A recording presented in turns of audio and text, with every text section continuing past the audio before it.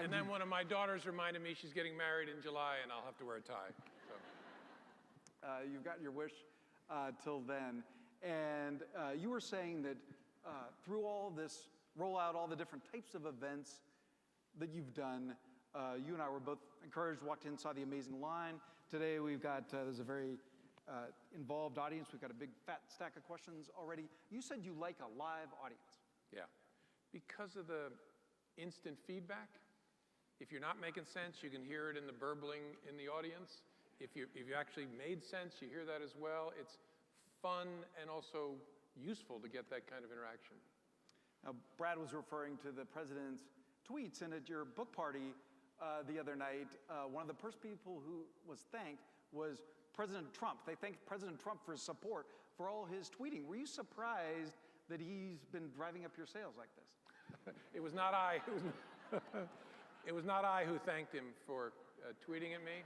That was Matt Latimer. Yeah. So I wish he wouldn't be tweeting at me. I don't know what effect it's had on book sales. I've been blown away and a little freaked by the rate at which it's selling, but that makes me happy. But did you think you would resist? Like with Michael Wolff, he kind of learned, like he did lots for Michael Wolff's retirement fund. Yeah, I didn't know whether he resist or not. I said once that I'm kind of like a breakup that he can't get over for some reason. And I'm out there living my best life, and he wakes up tweeting at me.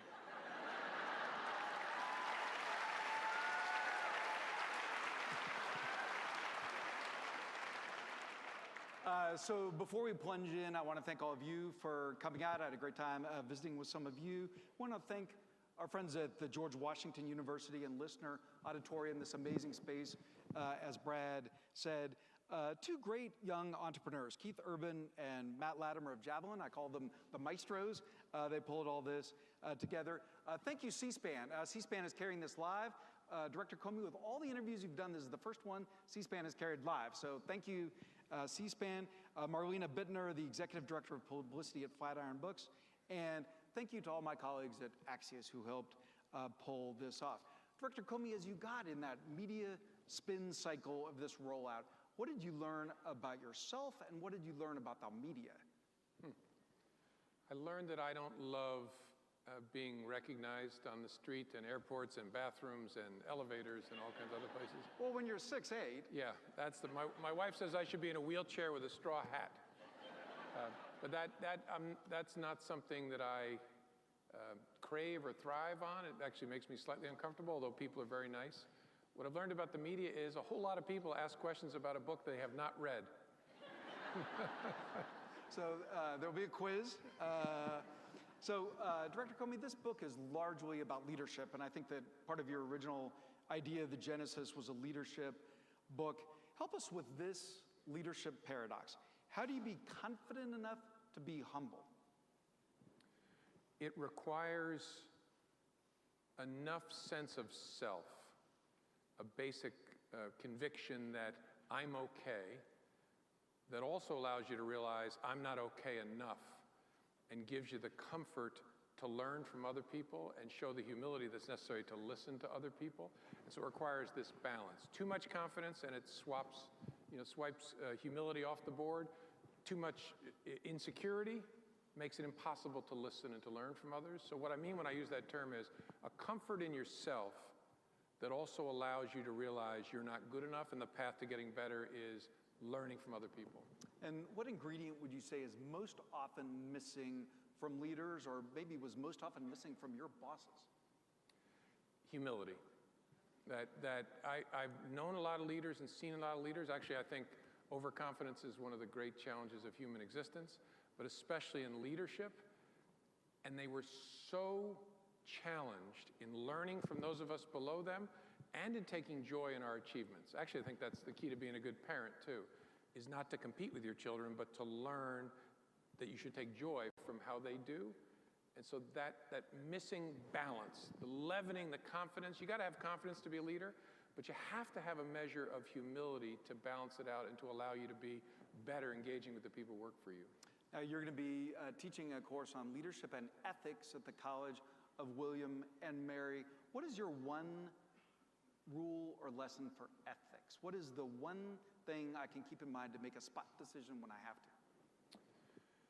The most important thing, I think, is to ask yourself sort of the golden rule, which is a theme that runs through all the world's religions, is, am I treating this other as I would want to be treated? Is, for me, the most important touchstone. Lots of other rules, but to me, that's the reason it's called the golden rule. That should be at the core of it. One more question about role models. Who in this whole Russia thing has been a model of good behavior?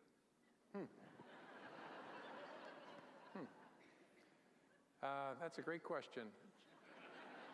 I'd have to look to the government side for that, Mike. I admire, and I write in the book, which I hope you get a chance to read, that Jim Clapper is the leader in government that I most admired, because he had that balance of confidence and humility. Another pair I talk about a lot is he was both tough and kind, and I think I saw that throughout my interaction with him, including during the 2016 election and thereafter. So Axios always starts with the news. We'll start with the news. And by the way, we hope you'll follow along in the conversation. Hashtag Axios Comey. Axios hashtag Axios Comey will be an ongoing conversation. If you were negotiating with President Trump's legal team on the terms of an interview, which is what's going on right now, what would you insist on? So I'm the prosecutor. Yes, sir. Yeah. Again. Right, again. I would, in any interview with a subject, I would want to make sure that I had unlimited time, a clear understanding, and I would look to negotiate away any boundaries, because I need to be able to ask any follow-up questions that I wish. And then I'd want to make sure there was a clear understanding on the part of the subject of the interview that whether or not it was within the grand jury, still a false statement would be prosecutable. And those would be the key things. Open-ended as to time, open-ended as to subject, and a clear understanding that you are obligated to tell the truth, and failing to do so will be at your peril. Do you believe that in the end, the special counsel will interview President Trump? I do not know. I don't know. I hope that the special counsel is free to gather all the information that he needs to get to truth. I don't know what the truth will be. I don't care, so long as he gets to truth.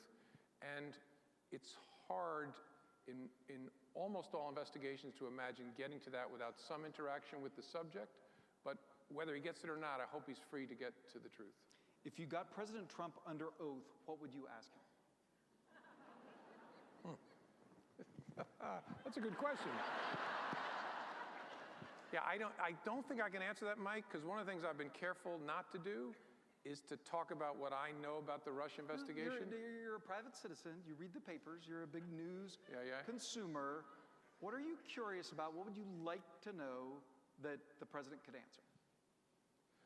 I would want to know as much as I could about the facts around things like his interaction with me on February the 14th, because to understand whether there's an obstruction case there, setting aside the legal question of whether one can be brought against the sitting president, I'd want to understand state of mind.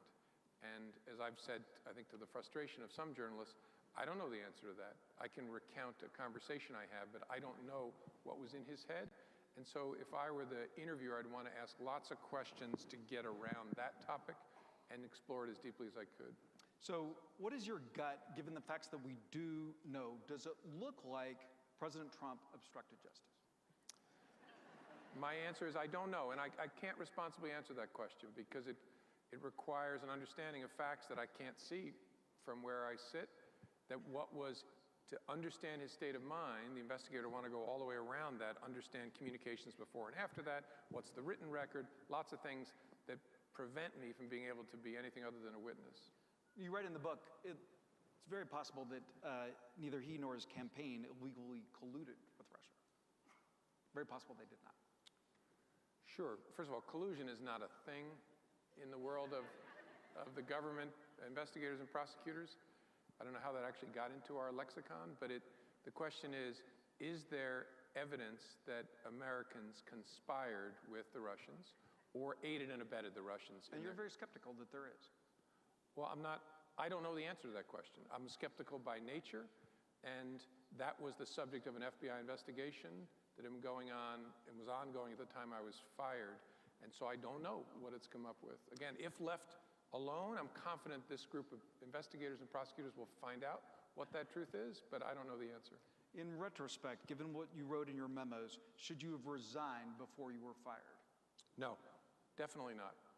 And because I led an organization that is supposed to be both in the executive branch and not quite of the executive branch, independent-minded, independent in its decisions about facts and investigations. And so I thought my discomfort in my interactions with President Trump made it more important for me to stay.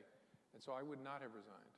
So I asked readers of Axios AM for questions for you. Hundreds of them answered. One of them was, do you think the people who are morally opposed to the president can serve him? Can serve him? Yes.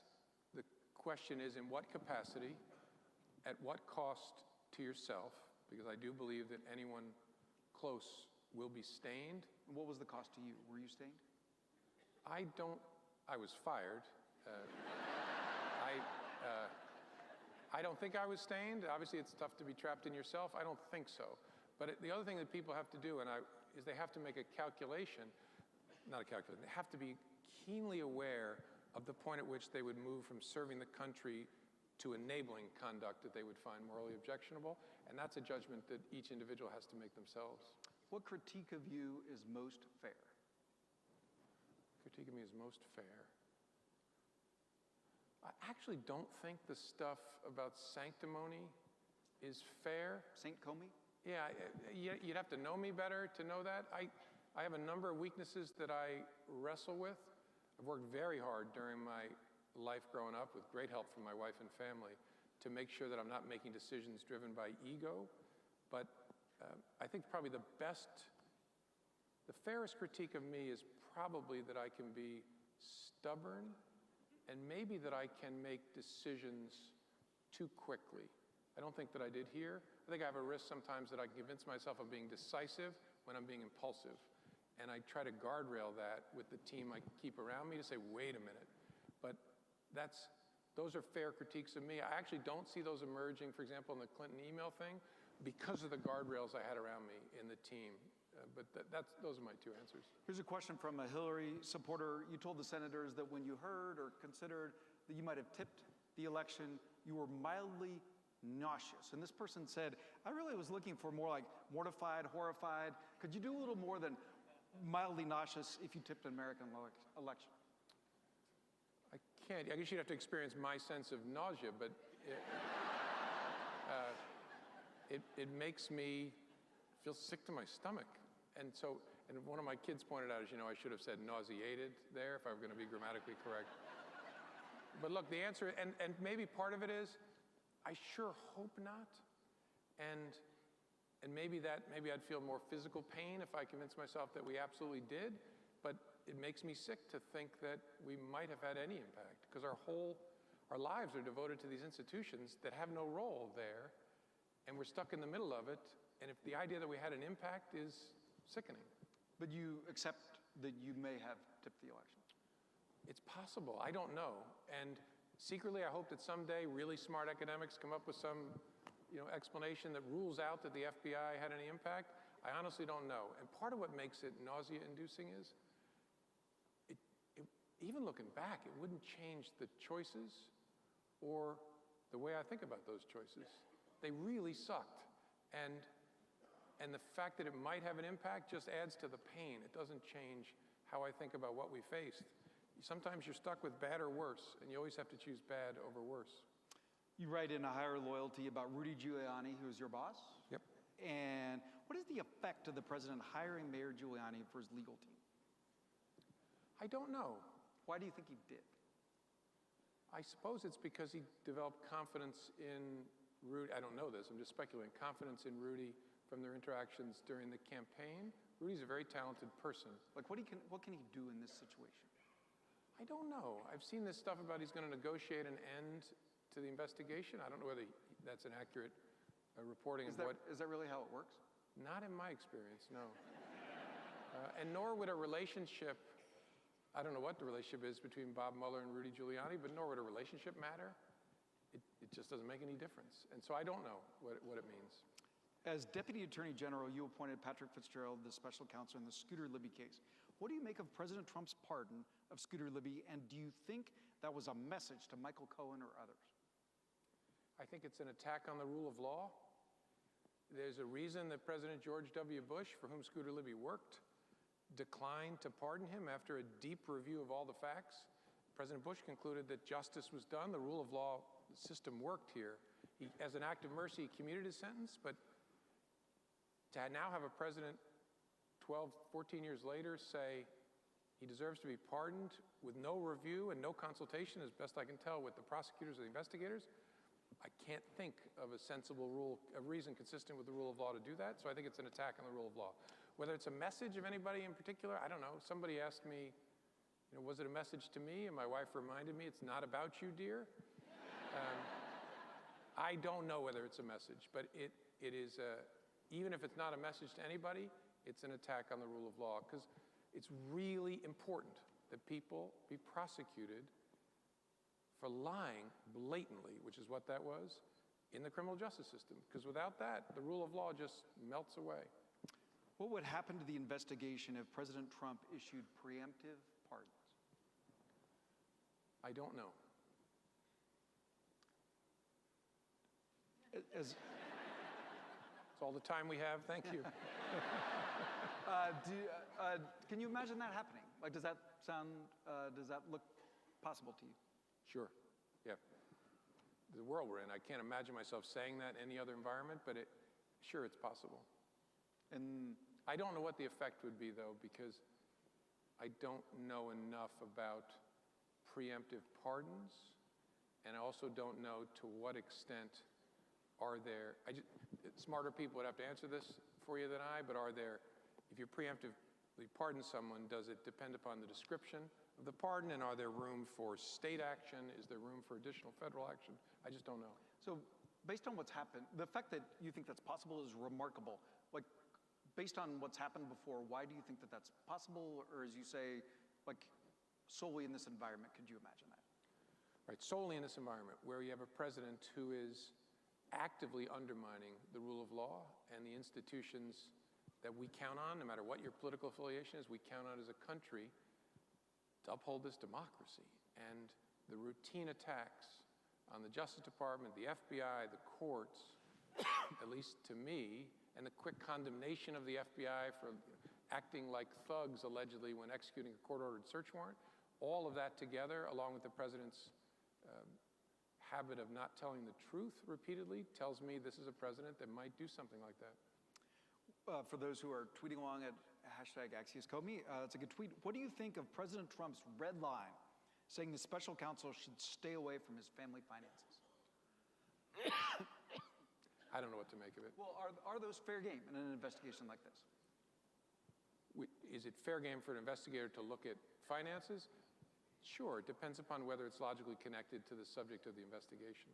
Because reporting shows the president reacted extremely viscerally when he found out that there had been subpoenas about financial matters. I read the reporting. I don't know whether the reporting was accurate. I also don't know what was behind his reaction. Are you surprised that these issues didn't come up for the president when he was in business, before he was in office? Which issues? Issues about personal finances.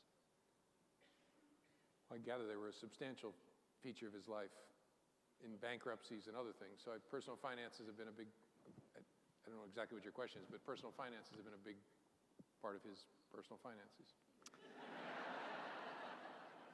So no one can get inside Robert Mueller's head better than you. You told Chuck Todd yesterday that you're duty-bound not to talk about anything you learned during the investigation. So talking here only about what's been made public since your departure on May 9th, so it's 10 days till your big anniversary.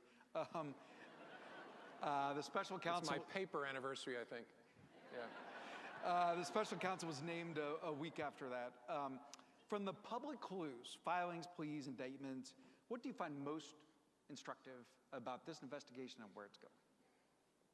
I can't offer that view because I can't separate in my head my my characterization of facts that occurred after May 9th than before, so I can't answer that. So as you look at your... And you can see in the book, I've tried not to talk about the investigation in the book.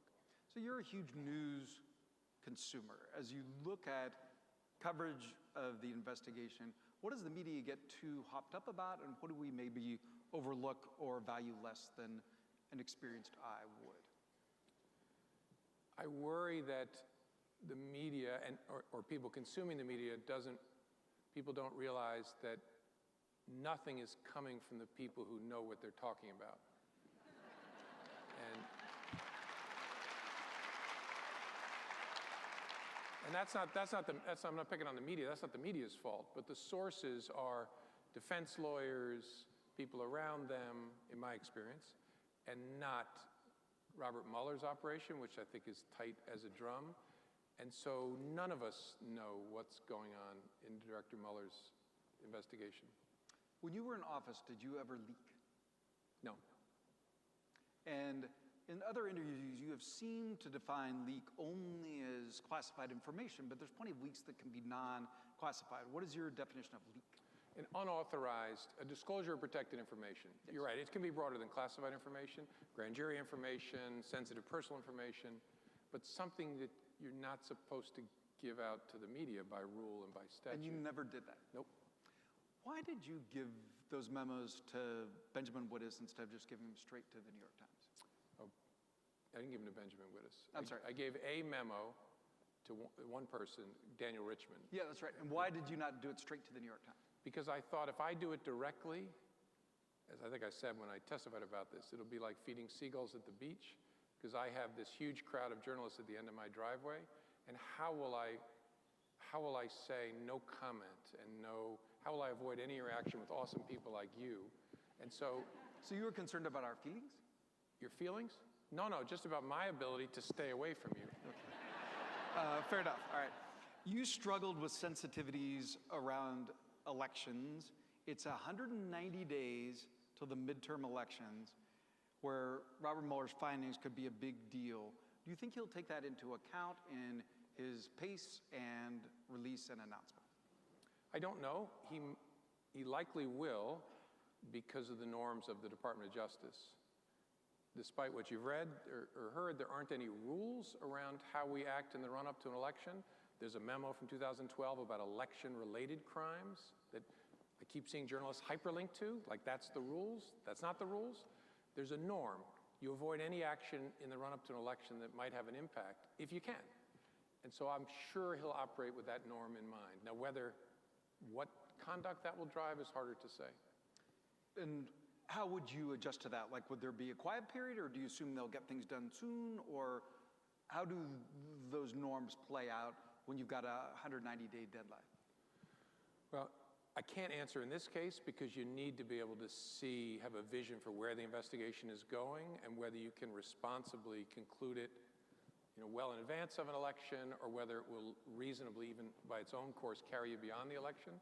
And so you don't make the decision based on the election, but you look at the investigation and the election and you say, okay, all else being equal, can I responsibly avoid a public action that might have an impact? So it's difficult to answer other than in that abstract way. What advice would you give him about coming out and saying something? It's worked well for me. Yeah. Touche. Yeah. Oh, God. I don't have any, he doesn't need my advice on that, because this norm was part of my existence as a federal prosecutor, as FBI director, so I'm sure it's part of his existence as well. And you can't give advice on that without knowing what are the alternatives. What could he reasonably avoid? What is unavoidable? And you can't say that from the outside. In your very brief, quickie interview with George Stephanopoulos, you said that President Trump shouldn't be impeached. That would be letting the voters off too easy. The voters should do that, should make that decision themselves. I think in some of your other interviews, you seem to have calibrated that slightly. What is your current view on whether or not President Trump should be impeached? Yeah, what I meant, and I think I screwed this up with George Stephanopoulos, what I meant to express was a sense that, of course, I didn't say this to him, but of course impeachment should follow the law and the facts. It's a process laid out in our Constitution. I'm a huge supporter of the rule of law. That should go wherever the facts and the law take it. What I was trying to express to him was, a sense of, that I have, that in a way that would be too bad for a couple reasons. First, if President Trump were impeached and convicted, removed from office, it would drive a dysfunction and divide deep into our public culture that would take us a long time to fix, and I think it would let the voters off the hook. I think the American people, without regard to their political stripe, need to stand up and say, forget guns, forget taxes, forget Supreme Court justices. Something matters that is above those, and that is that our leader reflect our values. So that's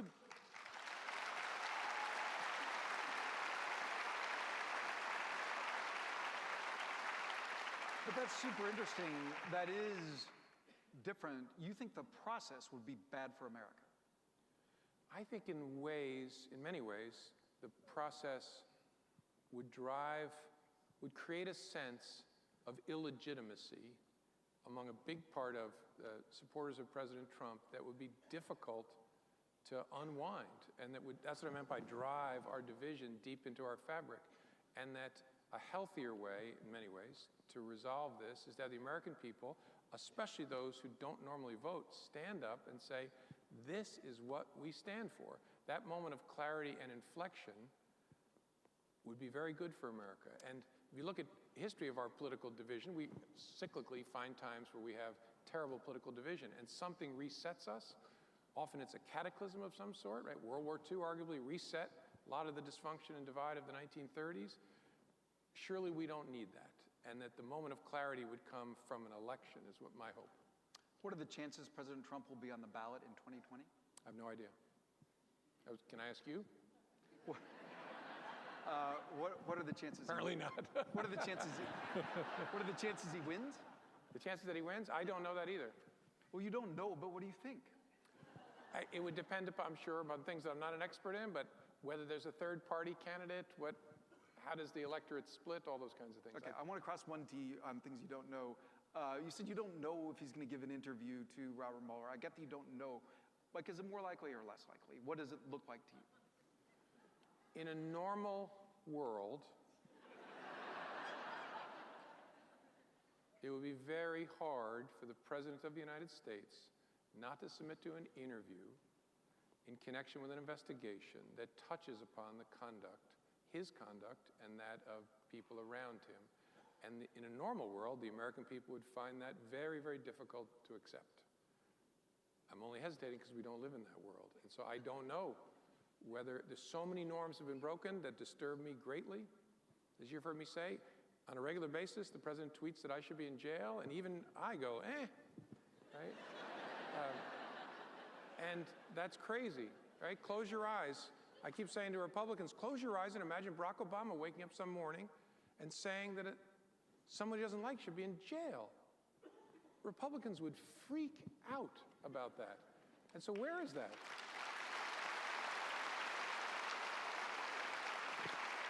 So that's a long way of saying, that's why I say I don't know. In a normal world, everyone would freak out, but I don't know.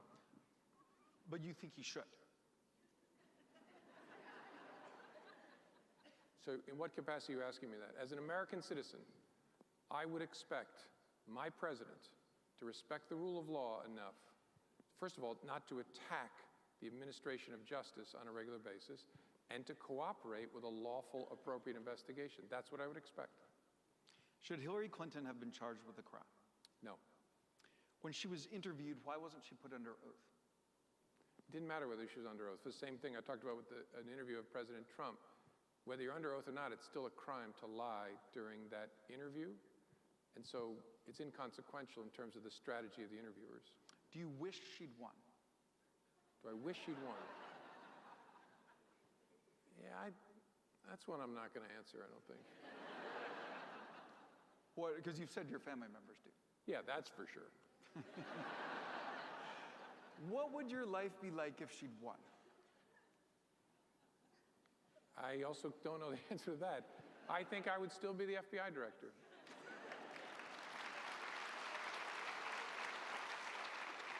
And the reason I say that is, someone asked me to compare the two, and it's too hard for me to compare the two, except Secretary Clinton is someone deeply enmeshed in the rule of law, respect for institutions, a lawyer. And so given that background, I'm reasonably confident that even though she was unhappy with decisions the FBI had made, she would not fire the FBI director as a result. But look, again, I don't know that for sure.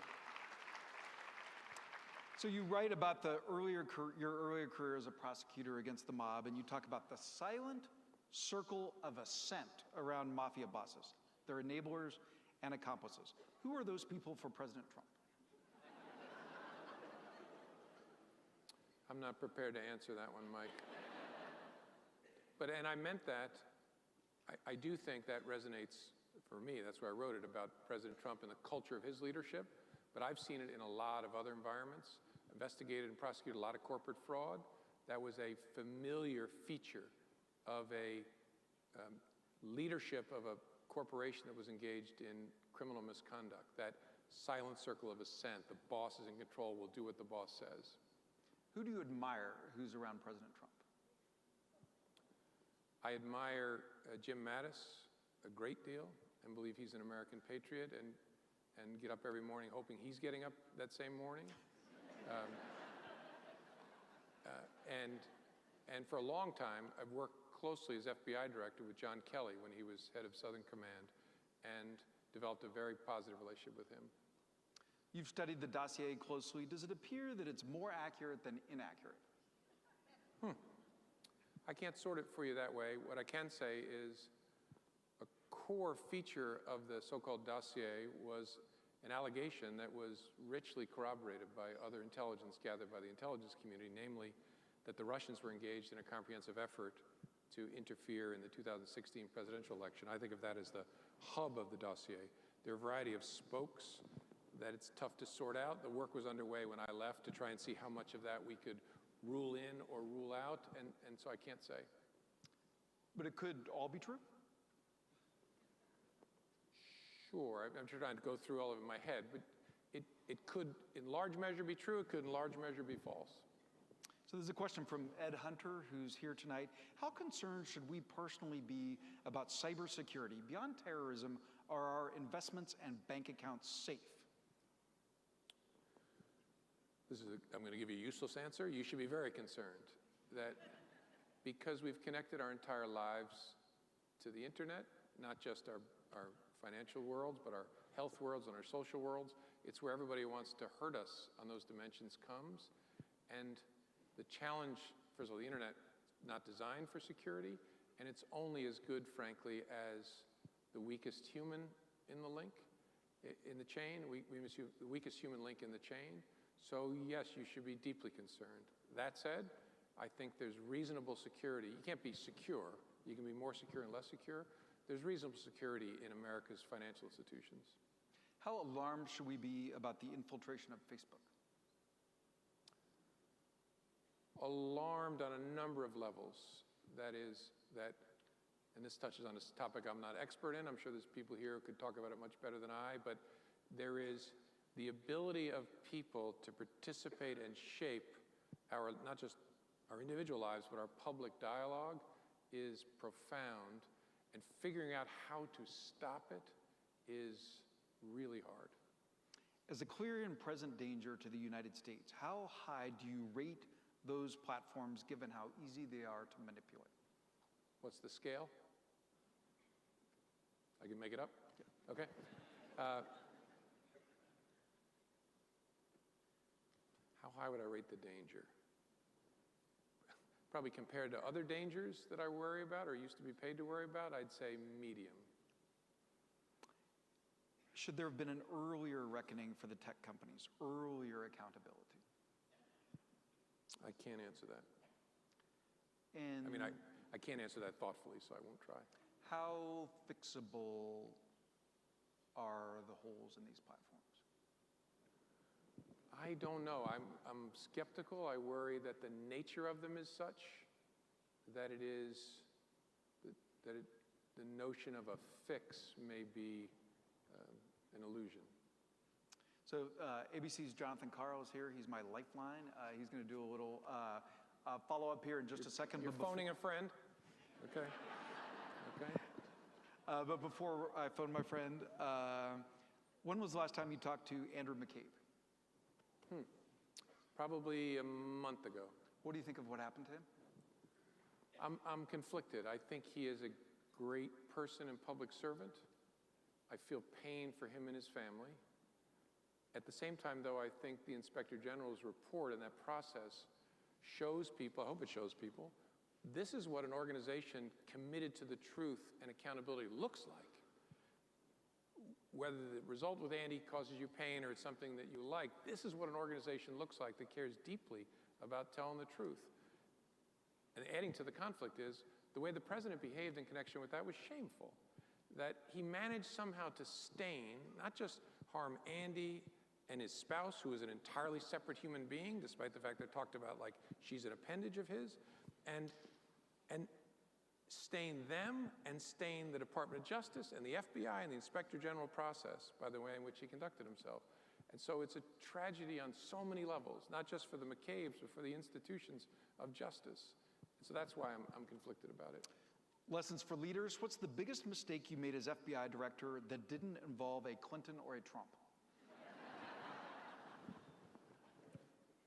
If I'm answering, am I conceding that I made mistakes in connection with those matters? No, just I see. Okay. Just want to be lawyerly on you. I made a ton of mistakes. I made a bunch of personnel mistakes. I carelessly created a problem with the government of Poland. It's the truth. In a speech I was giving about the Holocaust, and it was a distraction and just a boneheaded play by me. I think I entered the debate about encryption in a stupid way. That I talked about my tendency to react too quickly. I saw these news advertisements that Apple and Google were advertising basically warrant-proof phones, like that was a great thing. And instead of stepping back and thinking about it carefully and what I wanted to say, I went right into a press roundtable, and bang, I hit them, and then we were off to the races. And so, I don't know how much time you have, Mike, but I can think of others as I sit here. ABC's Jonathan Karl, I appreciate him here. I'm phoning him for the obvious follow-ups that I should have asked. John? Just first, a clarification. Thank you, Director Comey, for doing this, Thanks, taking John. these questions. You said that even if you learned decisively that your actions swung the election, you wouldn't do anything differently. Do I have that right? Yeah. As crazy as that sounds, yeah. Because the choice I faced in late October, as I saw it, was between a really bad option and a catastrophic option. And you can't make that decision, weighing in that decision whose electoral prospects will be affected and in what way. You have to decide. So given the values of this institution, what is the right thing to do here? And one of my best people asked during that whole process, should you consider that what you're about to do may help elect Donald Trump president? In essence, asked this question. And I thanked her for asking the question, and I said, great question, but not for a moment, because down that path lies the death of the FBI as an independent entity. Because once we start considering, so who will this help and hurt, we're just part of the partisan tribal warfare. And so that's why, I know that answer sounds bracing to people, but that's why I give it. So yes. Well, I would think one thing you could ask is just, how do we not help or hurt either candidate? Well, you know that what you're going to do will have some impact on the election, right? Because the norm is if you can avoid it. And so the situation I faced on October 28th was I couldn't find a door that said, here is no action. I could see two doors, each was an action. I could speak, or I could conceal the fact that we were restarting an investigation in a hugely significant way, having told the American people repeatedly they could count on the fact that we were finished and had done a great job, and even though everybody complained from one part of the spectrum, there was no there. And so either way, we were going to have an impact of some sort. And so my judgment was, we have to push that aside and just say, okay, given those two options, which is the least bad given this institution and its role in American life? Okay, I've got a stupid question very quickly, and then a question about pardons.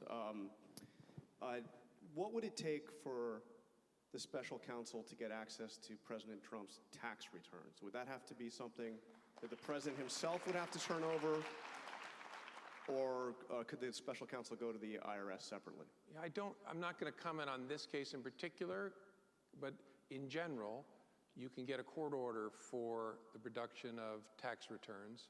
There's a process inside the Department of Justice to have that reviewed and approved, but it does not require the consent of the taxpayer. Okay, because we've been trying to get those tax returns. I don't think that Justice Department process includes you, Jonathan. Yeah, I'm sorry. And then finally, on the pardon question that Mike asked, the example would be Richard Nixon. I mean, Ford's pardon of Nixon, where Ford pardoned Nixon for any activities between January 20th of 1969 and August of 1974. So if the president were to pardon, say, Michael Cohen for any activities from the day he started working for the Trump organization till, say, today, would that do away with Michael Cohen as a figure in this investigation, or would it, what kind of an impact would that have? Because I assume he could still be called as a witness and he could no longer take the fifth. Yeah, that's a tricky one. And so I haven't given it quality thought, but maybe I can answer in general, that once a witness is pardoned, they wouldn't have a Fifth Amendment right to assert. I'm just hesitating because they might credibly assert there's fear of local or state prosecution.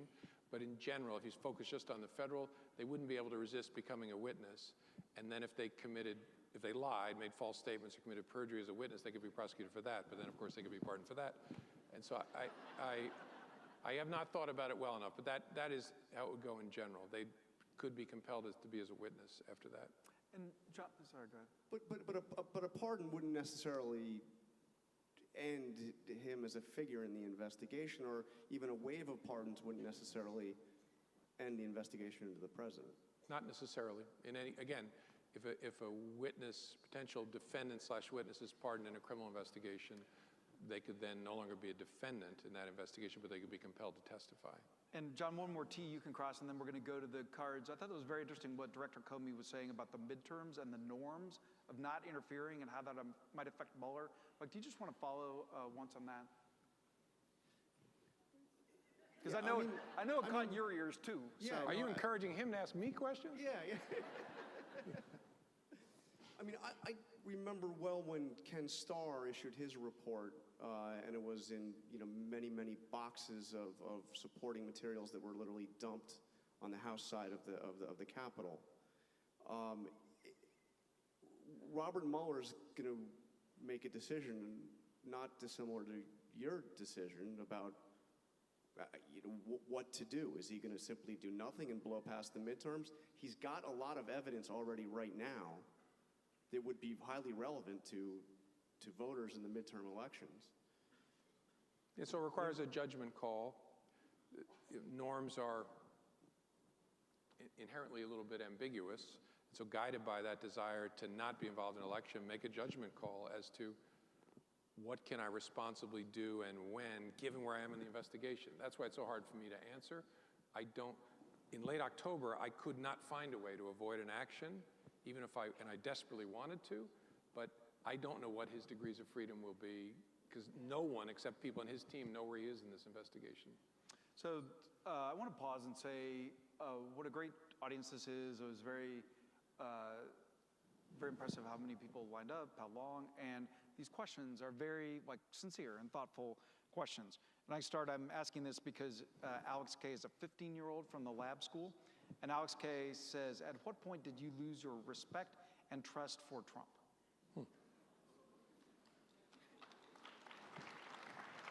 Who let that kid in here? My concerns about the president's commitment to telling the truth, it was a process over time, really. I was concerned about it enough that it was important to document my first meeting, but there was also another concern there. I wanted to make sure the intelligence chiefs who hadn't been there with me had an accounting of the meeting, because they had left before I had to do the private piece. Thereafter, it was increasingly a concern on my part that I was interacting with him about things that touched him personally, that touched the FBI and me, our responsibilities, and that he might lie about them. And so it was a process, pretty quick process, but a process that I would say by late January, I was very concerned about it. What type of prayers did you use to strengthen yourself? And this person adds a note. In November of 2016, I told one of your assistant directors that retired FBI agents like myself were praying for you. I am a fan of philosopher theologian Reinhold Niebuhr, who wrote the Serenity Prayer, which was brought to my mind many times in the course of the last 2 years. And so looking for the wisdom to accept and the patience to accept that which I can't change and the courage to change what I can was really important to me. This is signed a freshman at GW. What type of legal repercussions would arise if President Trump decided to fire Robert Mueller?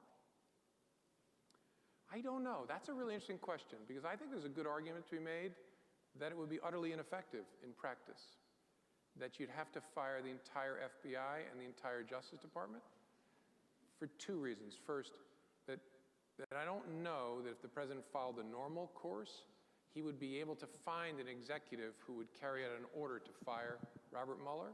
And so then maybe he does away with the regulation that appointed Mueller and then fires him. But something really interesting might happen then, because there is no deep state, but there's a deep culture and commitment to the rule of law that runs all the way down through not just the Department of Justice and the FBI, but the military services and the intelligence community. It would be interesting to see what would happen next, because I could imagine U.S. attorneys' offices picking up pieces of it, different FBI offices picking up pieces of it. It would be very hard to do something that was that direct an attack on the rule of law, given the culture, which is the ballast in this country. So you're saying, dear President Trump, don't bother. Yeah, I think, first of all, I would hope it would be disastrous in the eyes of the American people without regard to their political affiliation, but it would also be ineffective. And so don't do disastrous things at all. Don't do disastrous things that won't make a difference. This is a question from Nathan and Anna. They say, Director Comey, can you describe your working relationship with Vice President Dick Cheney? Tense. Yeah, we had some, again, he seems like another very smart person, but we had conflict that was intense, especially over the NSA surveillance program Stellar Wind. And I tell the story in the book, so I won't repeat it here, but he looked me in the eye closer than we are and told me that thousands of people were going to die because of what I was doing. And what I was doing was supporting the lawyers at the Office of Legal Counsel who said we cannot find a legal basis for much of this activity. And I said to him, that's not helping me. That's just increasing the pain. It doesn't help me think differently about the legal problem. Who is a living leader that you admire? Well, Clapper I mentioned, I admire. You've taken that one. I admire a great deal. I imagine that. And I'll tell you a surpriser. I came to admire Barack Obama. I was not a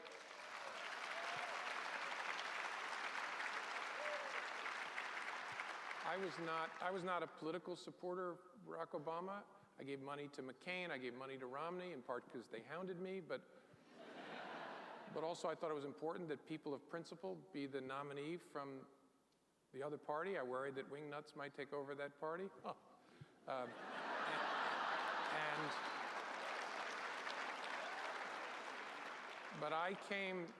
my dealings with him were on national security issues, and I came to respect not only the decisions he made, but the way he made decisions, and especially that ability to listen and to create an environment where people would speak to him. That man would listen for 5 or 10 minutes without interruption, and not just when Joe Biden was talking, but he would listen, and then he would ask questions drawn from the first minute, the third minute, the fifth minute. It was extraordinary. He was listening and wanted to get it out of you so then he could learn from it. Extraordinary. And so I became an admirer of him as a leader. Who's a leader you admire? Who's a leader you admire in business or philanthropy or academia? I worked for a great CEO at Lockheed Martin named Bob Stevens, who came from the humblest of circumstances, was a grunt Marine in Vietnam, got his first job helping build aircraft and grew up to be the CEO of Lockheed Martin, and never lost that ability to connect to people and to try and get the truth from them. So I admire him a lot. And I'll stop there. In case I left anyone off the list, I was going to say you next. Did Bill Clinton's meeting with Loretta Lynch influence your decision to hold the press conference in the summer of 16? Yes, it was the capper. It was the meeting in conjunction with Loretta, who I like very much, I've known a long time, Loretta's decision to announce that she would not recuse herself, but would accept my recommendation and that of the career prosecutors. And at that point, I decided, as much as I like Loretta, this result will not have credibility with the American people if I announce it standing next to her. And so, never thought I thought of this as a 500-year flood, never thought I'd be in this situation, but given where we are, again, bad and worse, worse would be standing there and having the American people have corrosive doubts about the credibility of the work by the Obama Justice Department. Bad would be stepping away and announcing that recommendation she said she would accept, but doing it separately. And so people can disagree about this, but we thought at the FBI, we got to do bad, we can't do worse. BuzzFeed had a story saying that the Justice Department was looking at taking out of the prosecutor's manual the language about the freedom of the press. I saw that, and I'd want to know more about that before I got too whipped up. And so I just don't know. I saw the headline or saw the story, but I don't know whether it's real.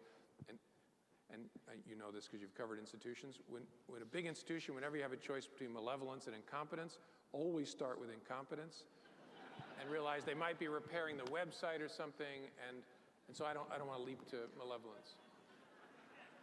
So putting aside the motive, you clearly don't think it's a good idea. To put aside freedom of the press? No, to put aside, to take the language out of their manual. Yeah, I don't know exactly what the language is. You'd want respect for the news gathering and reporting function to be central to your investigative considerations. Reasonable people can disagree about how you interact with the media, but prosecutors and investigators ought to have it front of mind when touching the media. I told you these questions were very thoughtful, sincere. What advice do you have for current government employees on how to stay focused on the mission while under political pressure?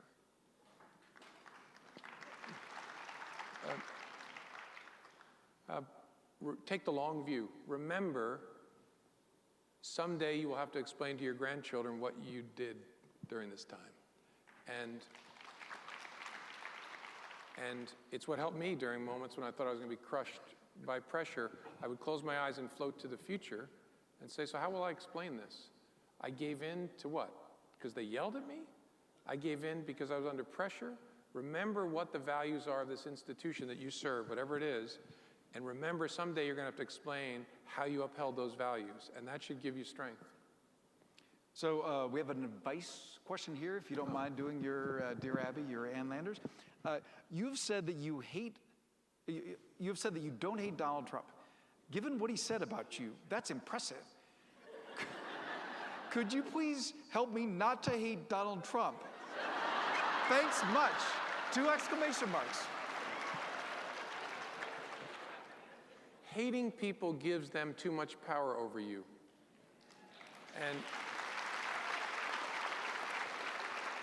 And one of the real dangers we face today is that the president's behavior will drag us all down. And so look, I'm not much on Twitter, but I'm keen not to engage in back and forths on Twitter and name calling. And whether or not there's a space between slime and ball, I don't care. That it's really important that we remember who we are. And remember, again, you're going to explain to your grandchildren someday, I acted this way. And so hating someone, there are people you need to hate, but I would urge you first, hate their actions, and don't give the person that central a role in your life.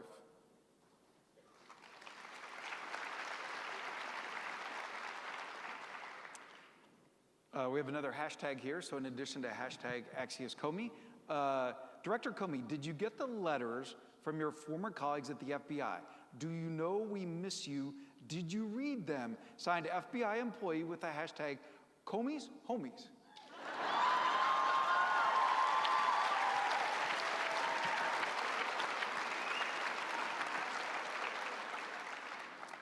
I read every one, and I could only, you all made me cry. I could only read them like 20 at a time. You probably have some sense of how many I got. I have drawers full of them.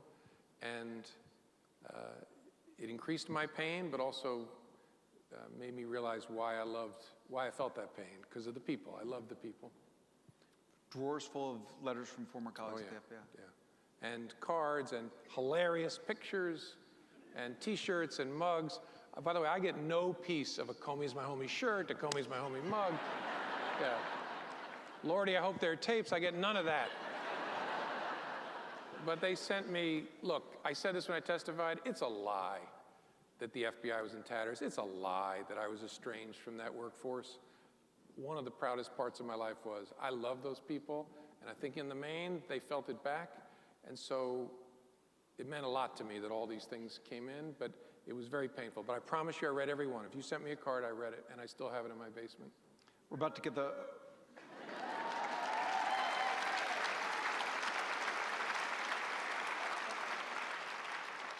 we're about to get the hook here, but there's another personal one I had to read. What is something you would like to share with the people of the Bureau now that it's been just under a year since ... Many of us remember that day, and we likely won't forget it. Never forget just how strong the culture of that organization is. And that's frustrating when you're a director who's trying to orient it in certain ways, but minor ways. But remember that that inertia is your strength and the strength of this country. That people who haven't been there, when I describe that culture as ballast for America, if you haven't worked in the United States military services or in the intelligence community or in the FBI or the Justice Department, maybe you don't get it. But all of you who've worked there and are working there now, you feel it. And no president serves long enough to destroy that. And so just remember the long run, remember who you are, and again, remember how proud you're going to be to tell your grandchildren what you were like during this period of time. So you are great, just keep being it. This is the last card, and then I have a goodbye question. 200 years from now, when a historian gets to write the story of the 2016 election and the beginning of the Trump administration, what will he or she say about you? He was tall.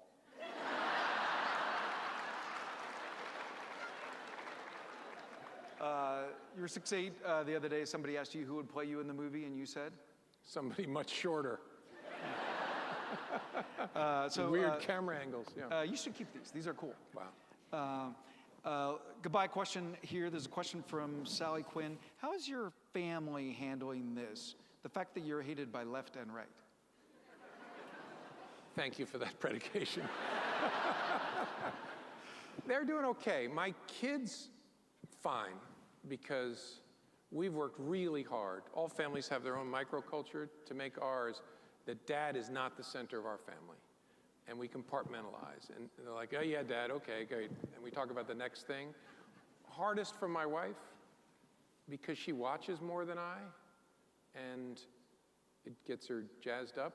She was given an interview with George Stephanopoulos, and he said, have you lost friends over this?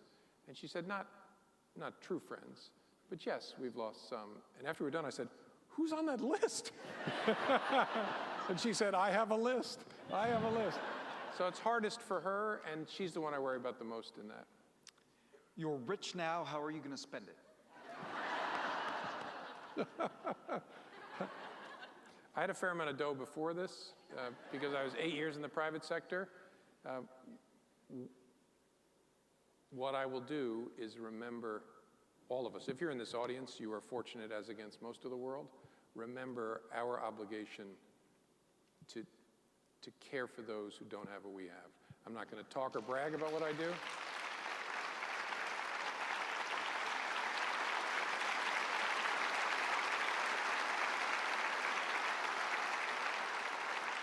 So you'll never see my tax returns, but you would see that commitment reflected there. A term that you might have coined, it's good for the trend writers around here, your family is upsizing. Yes. I have no idea why. My youngest is about to graduate from high school. We have 5 kids. And so my wife decided we need to move to a bigger house. Because, and we were going to do this when I was director.